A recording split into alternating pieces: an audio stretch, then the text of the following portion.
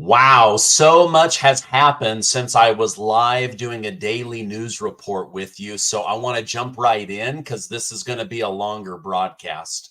A big portion of the presidential debate was about the Russia Ukraine war. Trump blamed Biden for being weak and having poor communication with President Vladimir Putin of Russia. The media decided to say Trump must have known Putin was going to invade. Therefore, Trump is a traitor to his country.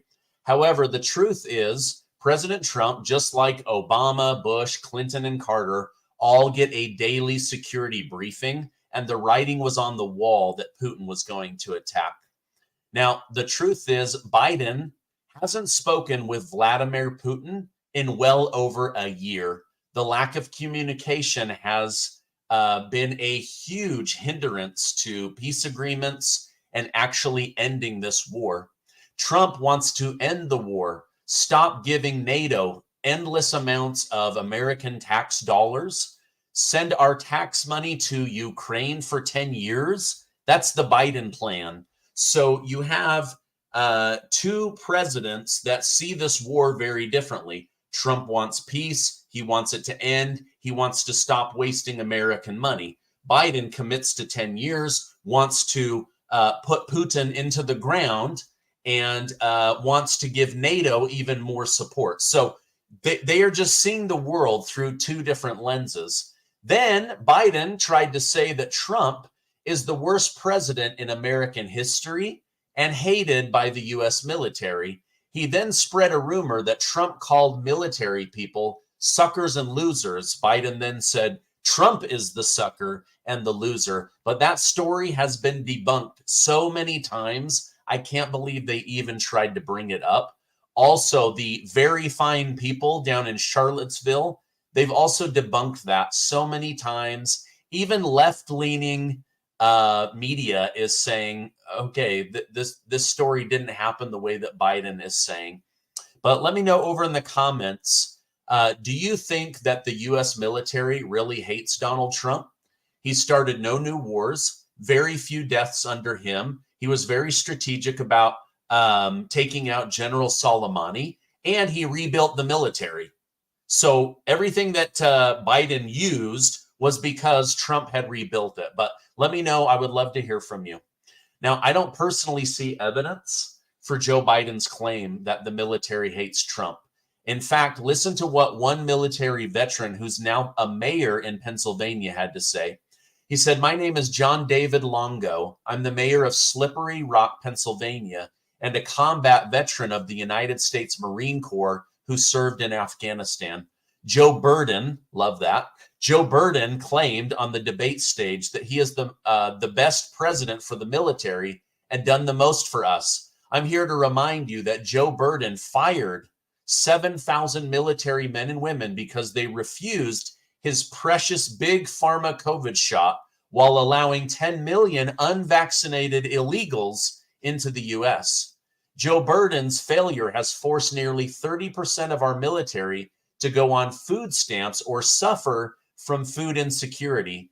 Joe Burden's failure led to a 7.5% increase in homelessness among veterans. That number is still rising.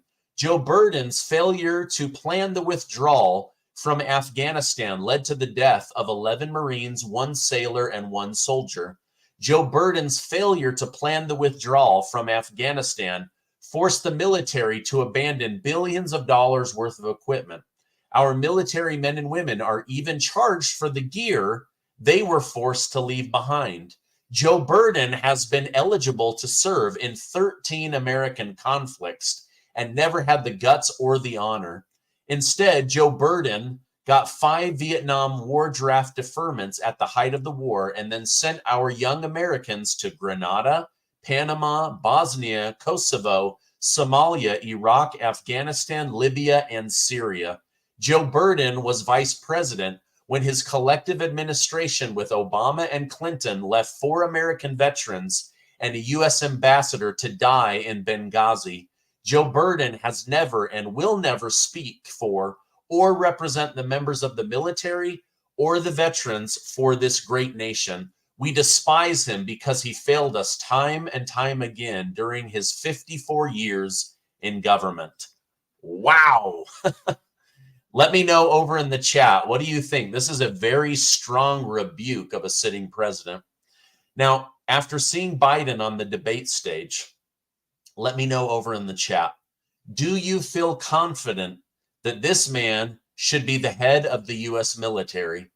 Do you feel confident that this man should be controlling the nuclear codes that could start World War III and end the human population? Let me know, please. I do not have any confidence, and it sounds like members of the U.S. military don't either. Now, you probably missed this, but according to Cenk Uygur of Young Turks, an extremely left-wing liberal media outlet, Jill Biden is the main person pushing Joe Biden to continue as president. She's also the main person pushing him into the public light to humiliate himself. Cenk, who ran for president against Biden, is now accusing Jill Biden of elder abuse. He said she knows for a fact this man has dementia, yet she wants to retain power. Here is just one snippet of his comments. Last night was elder abuse, and it was elder abuse by the entire Democrat leadership, the DNC, and yes, Jill Biden. If Jill Biden wants to run for president, she should do it. But I mean, there's no way that a loving spouse lets that happen and thinks, oh, great, push him out there, push him out there. We got this. You don't have this. This is absurd. So he is directly saying that Jill Biden is responsible as the person closest to her husband to convince him to leave the race and to convince him your health is failing. Let's spend the rest of our years with our grandchildren. And instead, what is she doing? In an attempt to retain power, be popular, be invited to all these events, have pretty dresses, she continues to push her husband into the limelight, even though it humiliates and embarrasses him and puts the United States of America at risk. Now, there's even people calling on Vice President Kamala Harris to use her power and the 25th Amendment to vote no confidence in Joe Biden and have Biden removed from office. This man's health is failing right before our eyes. As I watched the debate, I felt uncomfortable. It brings me no joy to watch a senior citizen struggle. But this is where we're at. Now, let me know in the comments, do you think that Kamala Harris, for the safety of America, should have Joe Biden removed? I know that puts her into office, but we'll deal with her. Trump will deal with her. It's only a couple more months, but this man literally is putting all of our lives at risk. Well, we now know the CIA worked to install Joe Biden. I swear these three-letter agencies are all corrupt.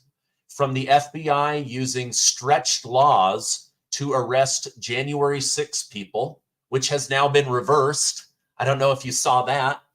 The Supreme Court literally ruled that the part of the law that the FBI and the DOJ and the corrupt judge, Chutkan, in Washington, D.C., the code or law that they were using is completely inappropriate.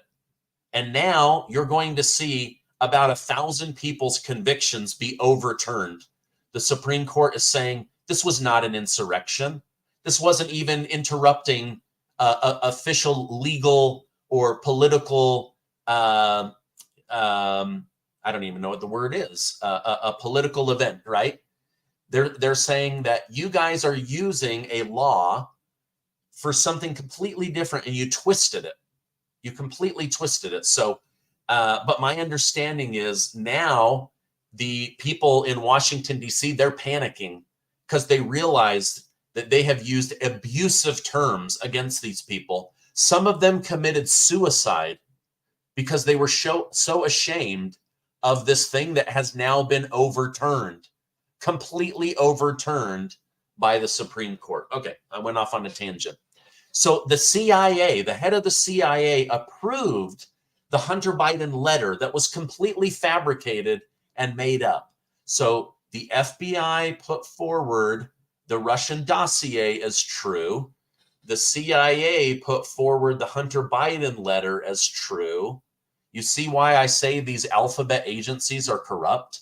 We are witnessing the deep state using their power to covertly install the person that they feel they can most control. And right now, that person is Joe and Jill Biden. And the CIA is interrupting, meddling in U.S. elections. Now, both Jill Biden and the CIA feel comfortable with this meat stick of a man leading the nation. Also, the FBI, right?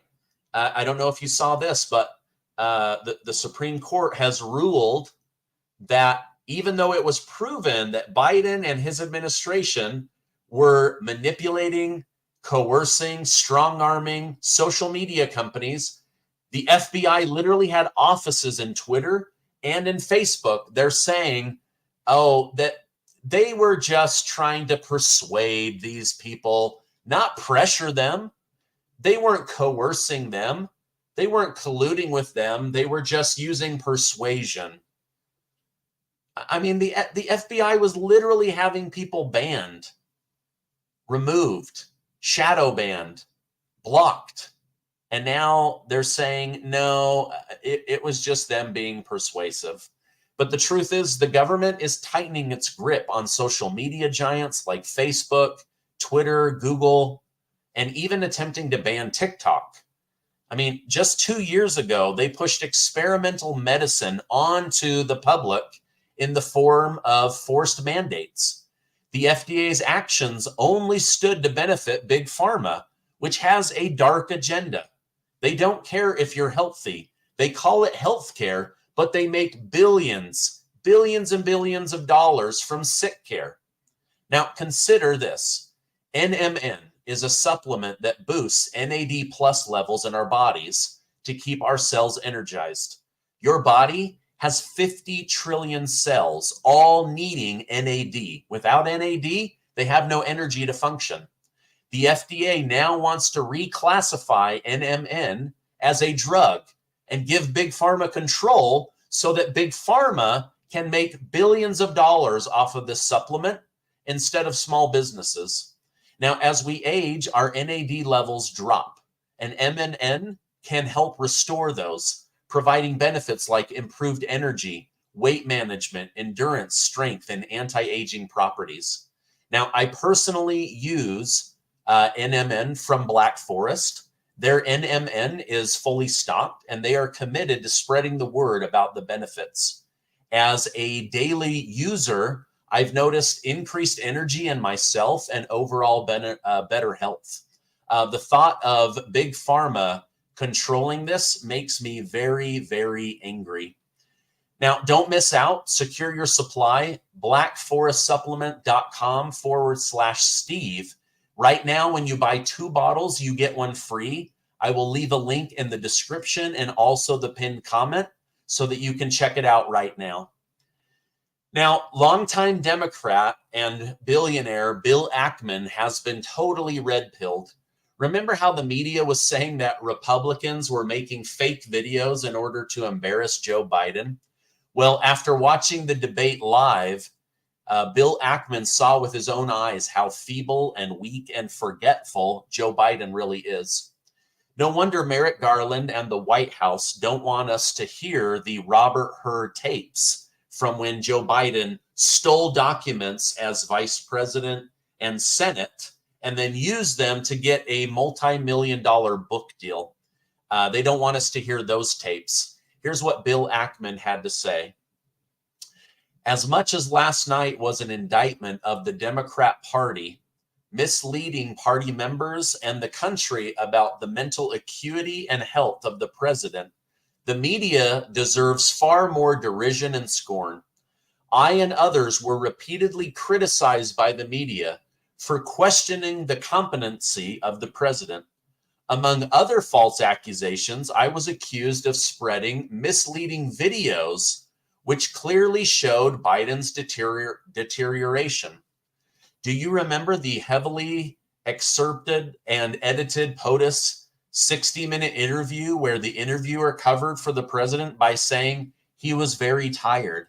60 Minutes knew, the New York Times knew, CNN knew, MSNBC knew. Left-wing media have had total and complete access to the president, his staff, and his administration. They all knew, but they told you otherwise. They outright lied to you.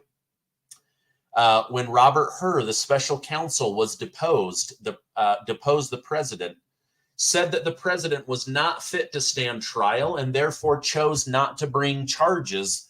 The media described Robert Hur as a tool of the Republican Party and character assassinated him. When the Wall Street Journal recently published a several thousand-word, carefully researched front-page piece on the president's mental and physical health, it was described by left-wing media as outright propaganda. Now consider who has been feeding you propaganda. A favored technique of most of the most evil leaders in history was to mislead the people by constantly repeating big lies. The big lie is so audacious that people accept it as truth because it is repeated so often that how can it be that something so important and material could be outright falsehoods? In this case, the big lie was our president's fitness for office, let alone a second term. A media organization is not supposed to be a branch of the Democrat Party. The media has a profound obligation to tell the truth to the American people, particularly about something as critical for the country as the president's mental and physical health. People very close to me, my closest family and friends, trusted the media on Biden until the CNN commentators finally owned up to the truth about Biden last night. For months, I have been accused by many family members and friends of being misled by X's right-wing echo chamber. The sad reality is that one of our most important institutions, the so-called Fourth Estate, fourth only after the clergy, the nobility, and the commoner, has destroyed remaining credibility. Consider how your perception of Biden and Donald Trump have been manipulated. The media can no longer save itself. A suggestion: rely on empirical data as much as possible. Listen to what someone actually said rather than a headline summary of what someone said. Get your news from people who have a track record of telling the truth. People who do so at significant personal cost, like whistleblowers. I follow broad constituencies on X on multiple issues that led me closer to the truth. Citizen journals that have been much more accurate in their representation of reality. Thank you, Elon Musk, for saving this platform. It gives us a fighting chance to save our democracy. Wow. Okay. I know that was a little bit long. My throat's going dry. Okay. I think that was one of the most well-worded rebuttals to the lies the mainstream media have been pushing, to the cover-up of Biden, his lies, his administration, and his health. I hope that you guys continue to see me as a source of truth. I am not perfect. I do my very best to research every day and bring you forward truth. However, I bring it forward from my perspective, right? And if I'm wrong, I will take ownership of that. But anyway, I think he brings up a good point. So we're talking about tens of millions of Americans that blindly believe what CNN, CBS, ABC, and MSNBC News push down their throats. They say something untruthful long enough that people begin to believe it. It's deceptive. It's dishonest. This is why they have all lost huge chunks of their audience. CNN, for example, is down 90%. How on earth do you lose 90% of your viewers if it isn't because you broke their trust? Trust is the only thing you have to sell when it comes to information. And if you break trust, you lose trust. It takes years to build trust and only seconds to destroy it. So I'm glad that he came out and said this. Now, my opinion is that the mainstream media has been covering for President Biden. They've been covering for COVID. They've been covering for so many things. I have tried to be a source of truth for you. I do believe that Biden should step down. I do believe that Biden is unfit to be president. I do believe that Kamala Harris should use the 25th Amendment and her exclusive authority as vice president to remove a sitting president when it is obvious to the American public and to Congress that he is unfit to lead. I agree with CNN and the New York Times. In a very rare occasion, Biden should step down. He is too weak and mentally feeble to run the country. Being president of the United States is one of the most difficult jobs in the world. People are dying every day in Ukraine and Gaza because of Joe Biden. Our border is being overrun. Our country is being invaded. Inflation is out of control. Most of the people that watch me are not super rich. They are feeling the effects of this inflation, and yet they tell you, don't believe your eyes and don't trust your ears. You have plenty of money and inflation is not that bad, but you feel it in your wallet. Okay, now, if you've been on Twitter, all blue-blooded Democrats that protect the party and the establishment are working on Joe Biden's behalf with a new strategy of calling Donald Trump a liar. They know you can't call him a rapist. They know you can't call him a felon. It doesn't stick. It bounces off of Trump and it bounces off of me and you because we all saw how the courts were rigged against him. So now all they can do is say that Trump is a liar. Well, I watched the debate. I didn't see the lies. I saw Trump push questions aside and say, actually, let me go back and address what Biden said. He would do this. Almost every time, it was like clockwork. You can go back and see that I'm telling you the truth. Now, why did he do this? For two reasons. One, because of gag orders, Trump has not been able to defend himself. So he now took this opportunity on national television to set the record straight and defend himself. Two, CNN said, we will ask the questions, President Trump, and you can use your time however you want. Don't believe me? Go back and watch. He stayed within the rules. He was calm, collected, authoritative. He commanded the room. He never once mocked Biden, although Biden had such a horrible flub on national television that Trump simply said, I don't know what he just said. And honestly, neither did I. That does not make him a liar. So I thought Trump did an excellent job, but I'd like to hear from you. How do you think Donald Trump did? He composed himself professionally and presidentially.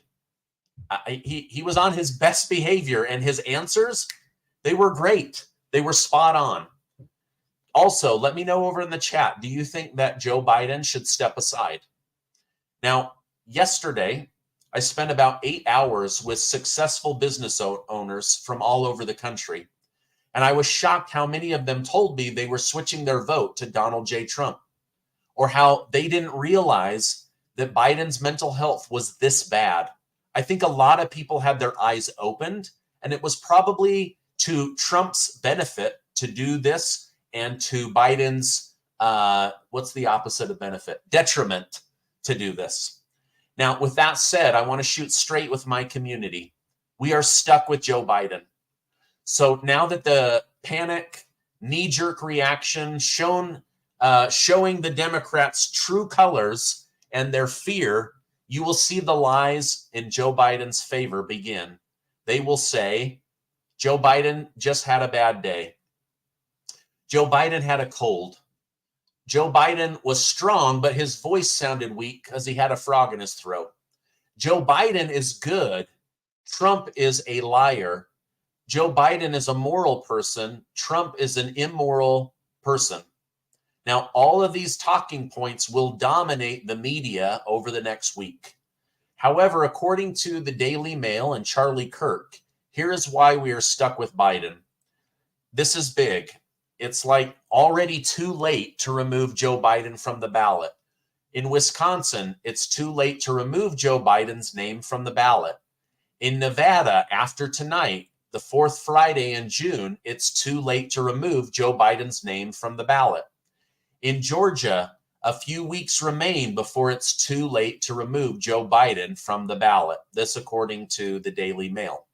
The Heritage Oversight Project has set their sights on 3 contentious swing states where they believe taking Biden off the Democrat ticket would not allow anyone else to replace him: Georgia, Nevada, and Wisconsin. Wisconsin does not allow the withdrawal from the ballot other than dying. You have to die to get your name off once they have gone to print with the ballot. Now, in Nevada, no change can be made on the ballot after 5 p.m. on the fourth Friday of June. That has already happened. If Biden were to withdraw less than 60 days before the election in Georgia, his name must remain on the ballot. In Texas, the 2 parties' nominee have until the 74th day before the election to withdraw. Some states, like South Carolina, don't allow candidates to withdraw for any reason, including death. So, do you see why I say we are stuck with Joe Biden? Now, for Republicans and libertarians, this is great news. For Democrats, it's an uphill battle. Now, here's where I think things could get a little tricky, and I've been saying this for many, many months. RFK Jr. will abandon being the independent presidential candidate if the DNC offers him the job. He told the DNC just yesterday that he is willing to talk with someone, anyone, about being their candidate. He would be on all 50 ballots, and the DNC could spend their remaining $100 million to tell people, vote for RFK Jr. He is our man. And then they will ram as many neocons and ultra-liberal Democrats into his cabinet as he will allow. Now, I believe that this is Democrats' strongest plan B. Will they do it? I don't know, but just let me know in the comments. Do you see my logic here? They are stuck with him. They don't want to move forward with Kamala, but if Biden wins, he will immediately step down. They will put in Kamala, and then they will pick a new vice president. But if his health continues to diminish, which as of right now, the trend is diminishing health. If that happens, I truly believe they will say, oh crap, we have a Democrat with the Kennedy name, and he's on all 50 ballots. Let's put $100 million behind him. And he's already said, you can Google this. You can look it up on Twitter. He said yesterday, I am willing to do that. I am willing to talk to somebody, anybody, about the Democrat ticket. So there you have it. That's my reasoning. All right, I'm going to let you get on with your weekend. Thank you guys so much for being with me. Before you go, I want to remind you that you are amazing. Please give this video a like. Hit that subscribe button. We want to get to 1.7 million amazing subscribers. I love you guys. Have a great rest of your day, and I will see you on the next video.